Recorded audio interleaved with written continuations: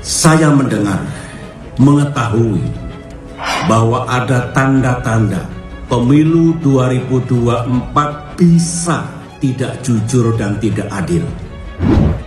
Kalian panik bahwa kemudian yang dikatakan SBY maupun AHY sama sekali tidak bisa dipertanggungjawabkan. Siapa sebenarnya dituduh curang? Pak SBY sama sekali tidak pernah menggunakan diksi kecurangan. Saya ulang nih. Jadi saya mendengar, mengetahui tidak ada kata-kata curang. Tidak ada kata-kata curang. Itu dia. Bahwa ada tanda-tanda pemilu 2024 tidak ada kata bisa curang. Tidak jujur dan tidak adil. Yang kedua, tidak jujur dan tidak adil itu bahasa lainnya curang. Dia bisa katakan tidak ada kata curang. Ya tidak jujur itu curang. Apa kita mau buka kamus bahasa Indonesia? Arti curang itu apa? Ya tidak jujur itu bagian dari kecurangan. Tidak adil itu juga curang. Jadi jangan kemudian kita letterlock harus ada kata curangnya. Tapi itu tuduhan serius.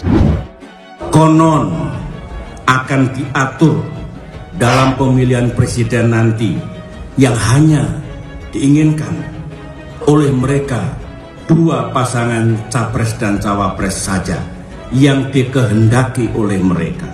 Yang pasti Pak SBY mengingatkan soal calon itu biarlah terbentuk secara alamiah. Ya, termasuk soal koalisi-koalisinya begitu. Menguji alami dan setelah itu pakai apa alat ujinya? Ini alami, ini nggak alami, ngujinya pakai apa? Bukan kan kita ini pelakunya ini. Bukan kan mengujinya pakai apa? Kalau Pak SBY udah jelas tadi mengatakan, termasuk Demokrat ketika 2 kali menjelaskan Pilpres, Pak SBY atau Demokrat tidak pernah menyetel-nyetel calon. Kalau soal penetapan capres, pendaftaran masih lama. Tetapi soal membangun koalisi yang ini dekat dengan ini, begitu dia, itu kan sudah mulai terasa tuh. Apa maksudnya? Ini untuk memperjuangkan siapa? Untuk memperjuangkan anaknya.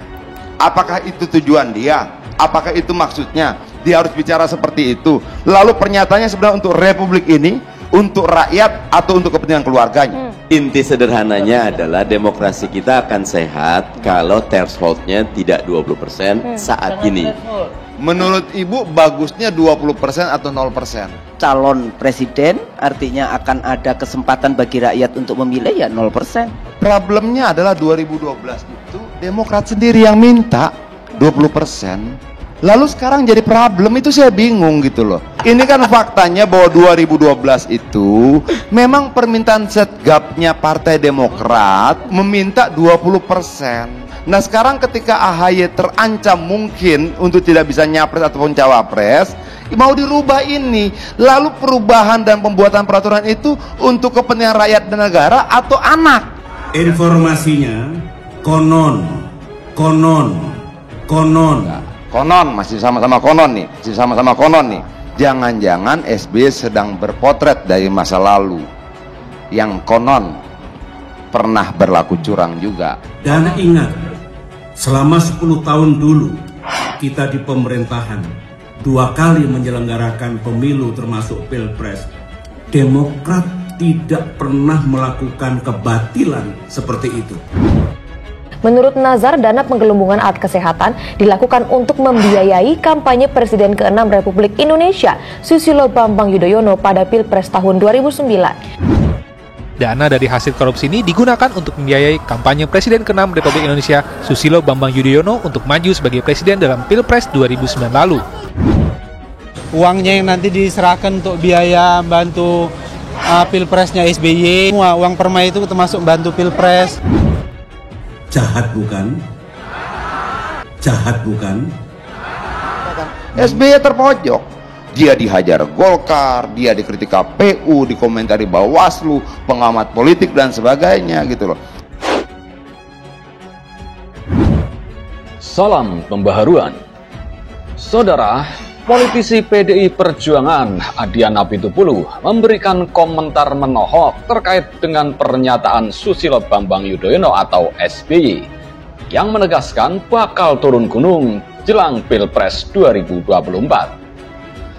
Adian mengatakan pernyataan Ketua Majelis Tinggi Partai Demokrat itu yang menyebut kalau Pilpres 2024 dapat berjalan tidak jujur dan tidak adil merupakan tuduhan yang serius. Itu tuduhan serius, mengetahui, mendengar, ada tanda-tanda, jadi ini bukan dugaan.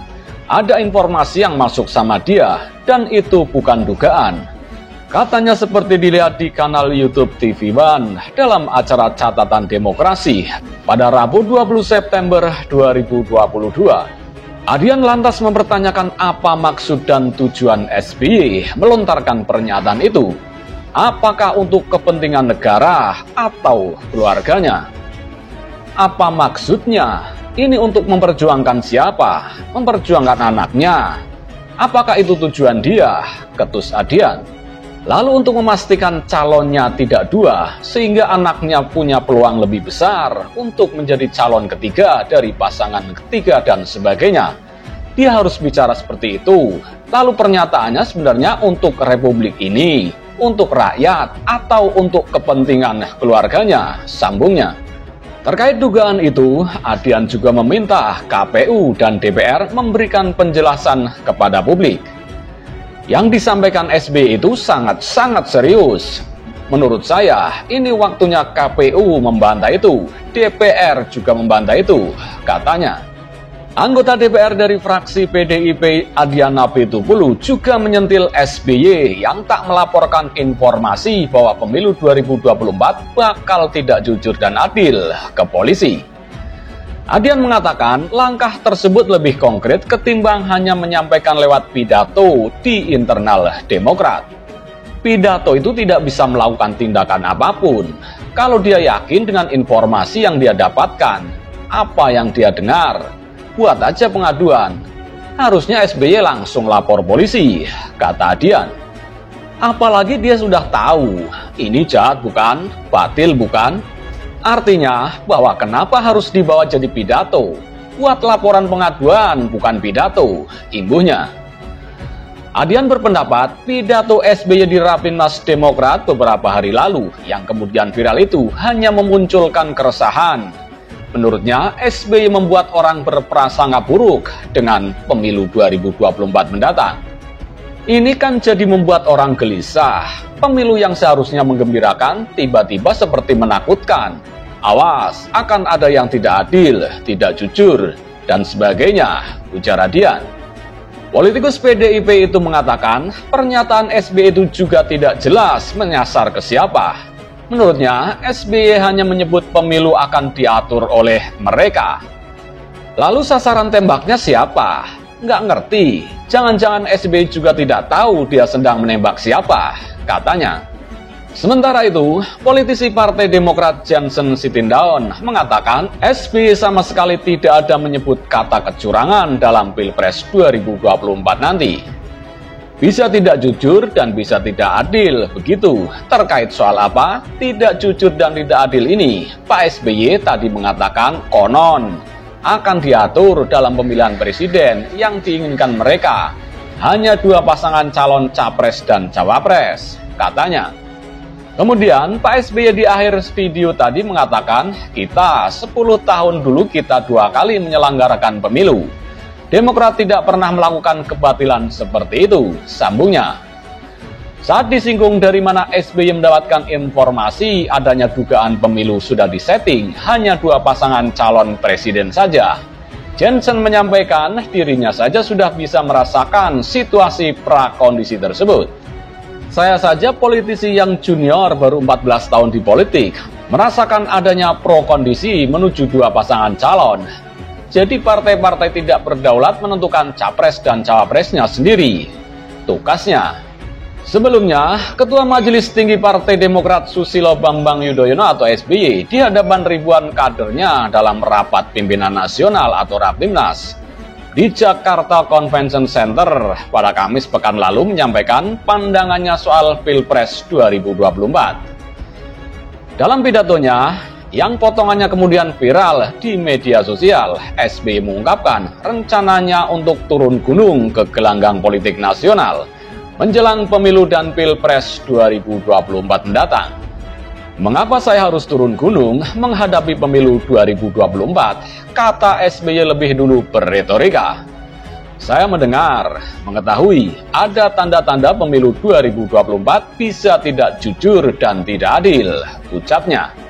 Memakai diksi konon, SBY lantas mengungkapkan sinyalmen Pilpres nanti sudah diatur seperti permainan yang sesuai keinginan lawan-lawan politik Demokrat. dua pasangan capres dan cawapres saja yang dikehendaki oleh mereka, tuding SBY. Bahkan SBY mengklaim Demokrat yang kini menjadi oposisi akan dijegal kalau ingin mengajukan calon presiden serta calon wakil presiden bersama koalisi tentunya. Jahat bukan? Menginjak-injak hak rakyat bukan? Kata SBY mengagitasi ribuan kadernya.